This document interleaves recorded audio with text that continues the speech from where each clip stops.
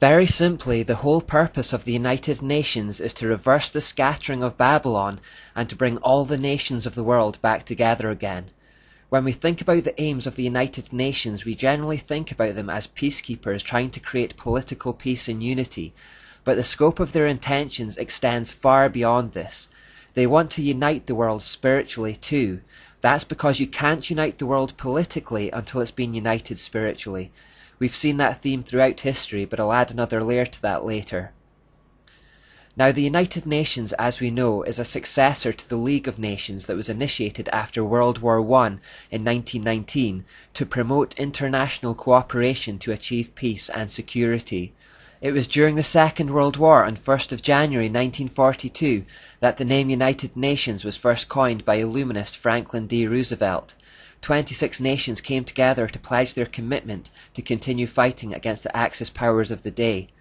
3 years later, in 1945, as the war was ending, representatives of 50 countries met in San Francisco at the United Nations Conference on International Organization to draw up the United Nations Charter. It was signed on 26th of June 1945 by all member countries and then later by Poland, who became the 51st member state. The UN officially came into existence on 24th of October 1945, and every year on this date it is celebrated as United Nations Day. So what about this charter then? Well, it copied heavily from the original charter drawn up for the League of Nations. This original charter was heavily influenced by Arthur Balfour, who we have met already as the one who handed Israel over to the Rothschilds. Balfour, apart from being British Prime Minister at this time, was a member of a number of occult groups, including the Society for Psychic Research, or SPR. Activities for this group included the holding of seances and attempts to communicate with the dead. He was also responsible for initiating a group called the Synthetic Society, whose primary aim was to establish a synthesized one-world religion. He, along with Frederick Myers, a fellow member of the SPR, created the preamble of all religions. Balfour had such unusual character traits and behaviours that it coined its own term, the Balfour Manner. Amongst those traits was a lust for control and power, an aloof pride and constant restlessness and dissatisfaction. These are all character traits associated with Satan, and they hint at his influence and presence with Balfour. In particular, the constant restlessness is unusual and puts us in mind of one of Satan's most famous names, Beelzebub or Baalzebub, the Lord of Restless and Unsettled Motion. Harold Begbie wrote about him in his 1920 book, Mirrors of Downing Street, saying, "He loves office more than anything this world can offer. Neither in philosophy nor music, literature nor science has he ever been able to find rest for his soul. It is profoundly instructive that a man with a real talent for the noblest of those pursuits which make solitude desirable in retirement and opportunity should be so restless and dissatisfied, even in old age."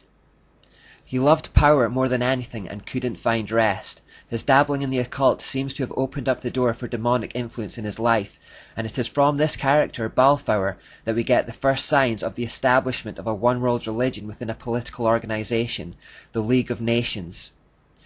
The United Nations that followed used various elements of the League of Nations as a template, and the nature of those pioneers that followed wasn't much of an improvement on Balfour.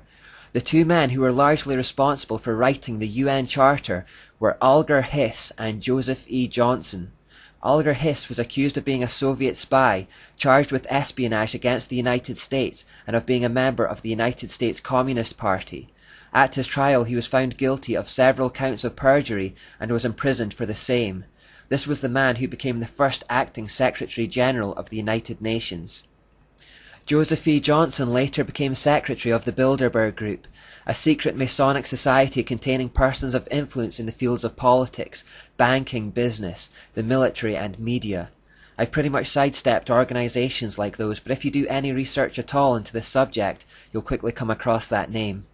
Along with Hiss, Johnson patterned the UN Charter after the Constitution of Russia and the Communist Manifesto.